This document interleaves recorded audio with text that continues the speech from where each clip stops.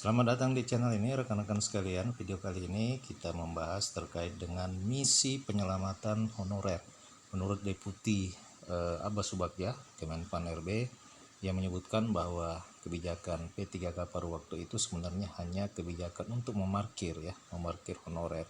Dan tentu apa maksud dari pernyataan ini kita simak secara lengkap di video ini. Sebelum kita membahas hal itu, kepada rekan-rekan yang baru pertama kali menemukan channel ini, ayo tekan tombol subscribe dan nyalakan tombol lonceng agar rekan-rekan sekalian terus bisa menerima update informasi seputar pengangkatan honorer menjadi P3K. Nah, rekan-rekan, sebagai upaya penyelesaian tenaga honorer, pemerintah melalui Kementerian Pendayagunaan Aparatur Negara dan Reformasi Birokrasi Kemenpan RB memunculkan skema pengangkatan honorer menjadi P3K paruh waktu. Nah, tentu P3K pengangkatan menjadi P3K paruh waktu ini dikhususkan bagi honorer yang telah terdata di database BKN.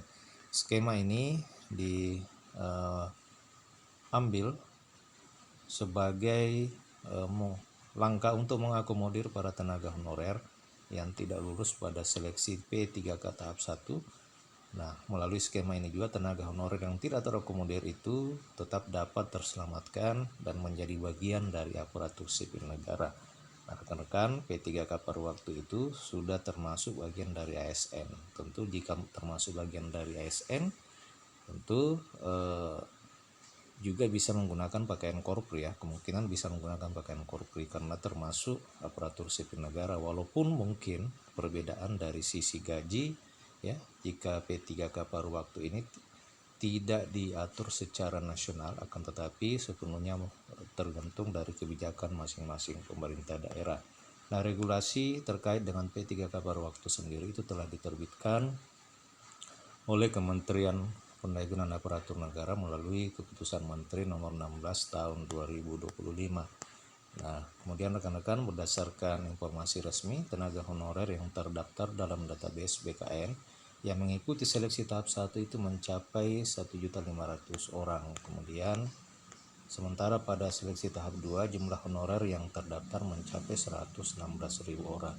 Dari jumlah tersebut masih ada sekitar 180 tenaga honorer yang belum mengikuti seleksi tahap 1 dan tahap 2. Honorer yang tidak dinyatakan tidak memenuhi syarat pada tahap 1 nantinya akan diangkat menjadi P3K paruh waktu sementara. Untuk sisanya yang berjumlah 180.000 lebih honorer nantinya akan diangkat menjadi P3K paruh waktu setelah selesainya seluruh proses seleksi P3K ya, seleksi penerimaan ASN tahap 1 dan tahap 2.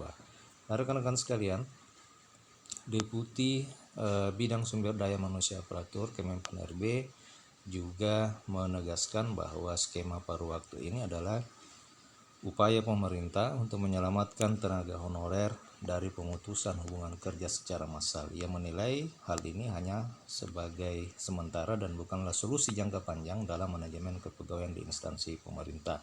Jadi ia menegaskan bahwa paruh waktu itu adalah jabatan untuk parkir untuk masa transisi. Jadi kebijakan pengangkatan paruh waktu itu sifatnya hanya sementara dan bukanlah solusi jangka panjang dalam manajemen kepegawaian di instansi pemerintah. Demikian rekan-rekan info kali ini. Jika ada pertanyaan dan tanggapan, silakan tuliskan di kolom komentar. Terima kasih, sampai jumpa di video berikutnya.